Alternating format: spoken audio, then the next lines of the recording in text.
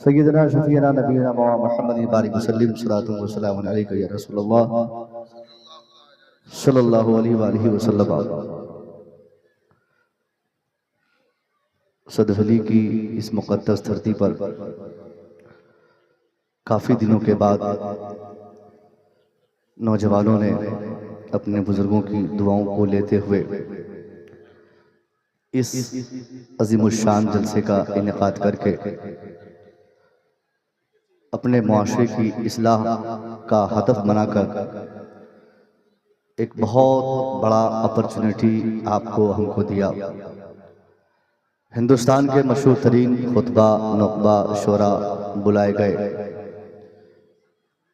इसमें पूरे गांव के हर छोटे बड़े सबकी शिरकत है। सब लोगों ने मेहनत की।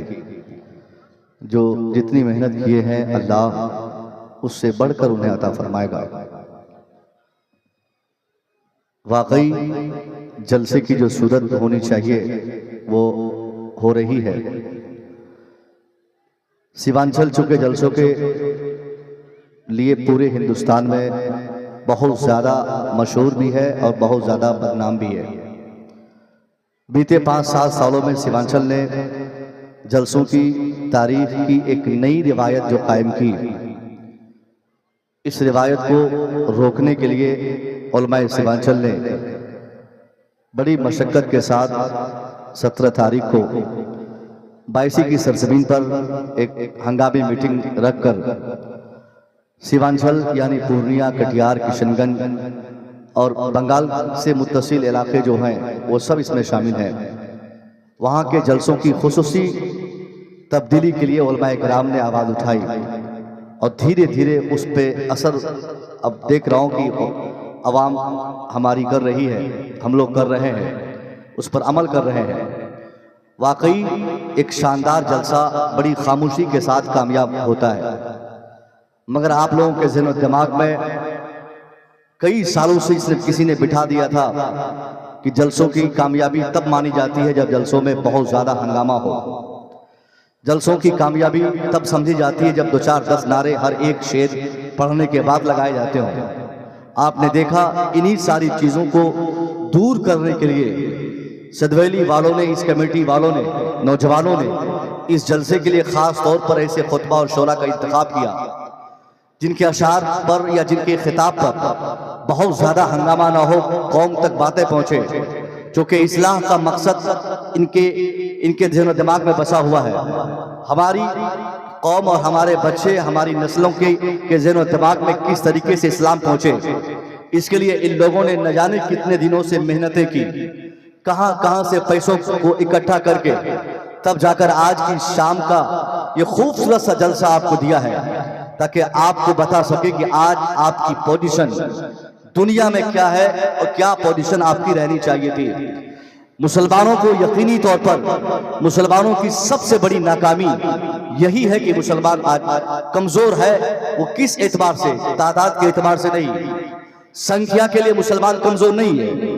मुसलमानों की कमजोरी का राज अगर आपको जानना है तो मुसलमानों के नौजवानों को देखें, मुसलमानों के बच्चों में तलाश करें, आपको बखूबी हमारी कमजोरी का एहसास होगा।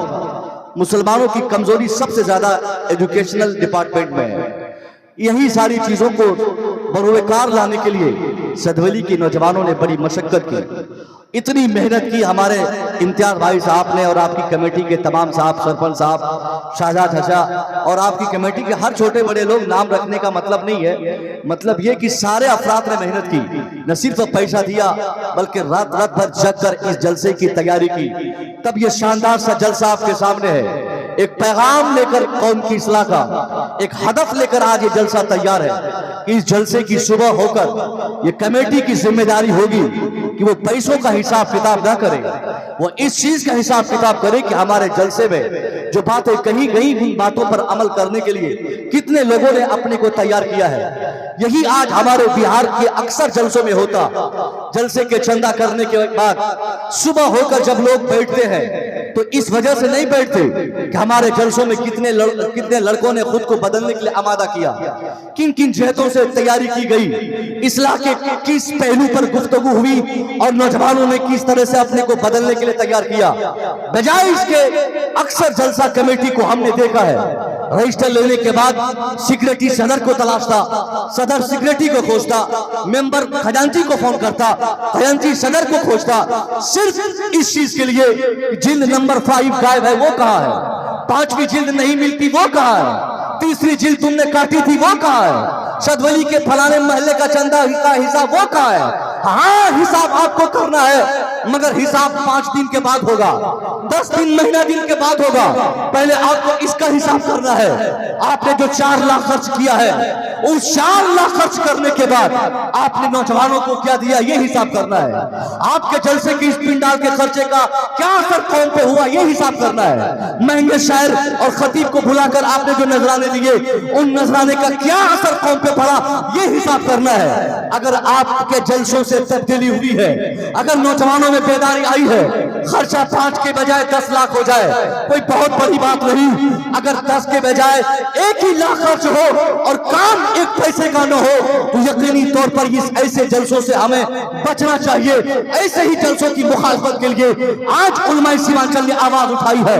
हमारे सीमांचल ने जलसों में ऐसा हंगामा किया, बीते दिन 1 महीना पहले, अब 1 महीना से आप देख रहे हैं लगातार जलसे हो रहे हैं। आने वाले महीने में दिसंबर तक लगातार सीमांचल, किशनगंज, पूर्णिया, कटिहार, अररिया के हर तरफ जलसे है।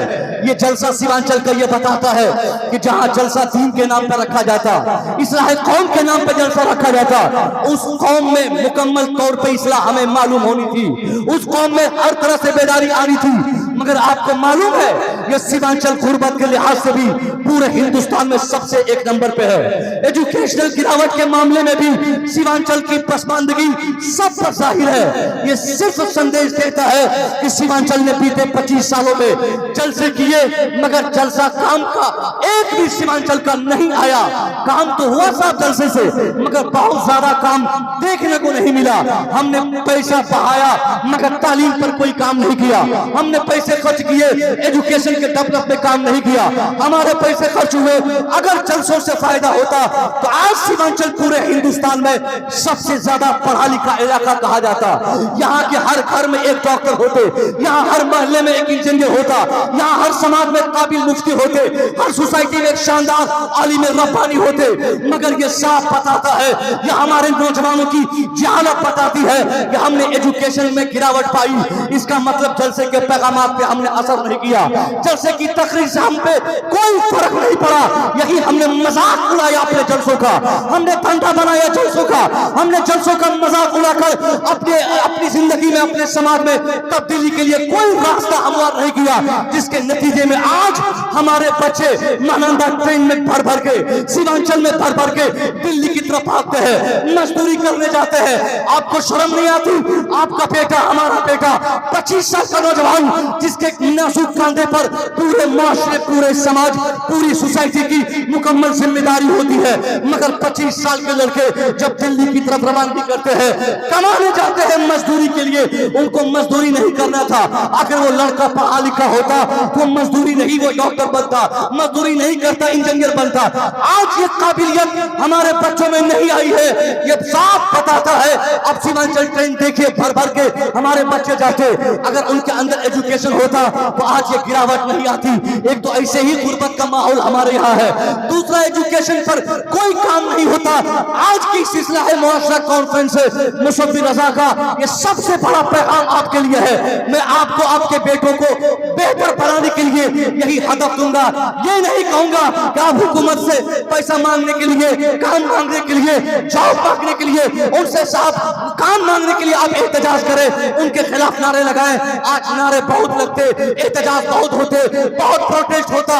जरा सी चीख अगर किसी नेता ने क्या लगा दी, फौरन उसके खिलाफ आप आवाज उठाते, चलो इसको हराना है, इसको जिताना है, इसको डुबाना है, इसे उठाना है, इसे जिताना है, ये हमारी पार्टी, वो हमारा दुश्मन। मैं कहता हूं साहब, इस भारतवर्ष में आज की तारीख में मुसलमानों का सबसे बड़ा दुश्मन अगर कोई है तो कोई पार्टी नहीं, कोई नेता नहीं, कोई अभिनेता नहीं, ईमानदार ईमानदारी के साथ सच्चाई कहने की ये जुर्रत हमें होती है। आपको भी सुनने का हक होगा और हौसला पैदा करना होगा। आज की तारीख में आपका हमारा सबसे बड़ा दुश्मन कोई दूसरा नहीं, हम खुद सबसे बड़ा अपना दुश्मन है।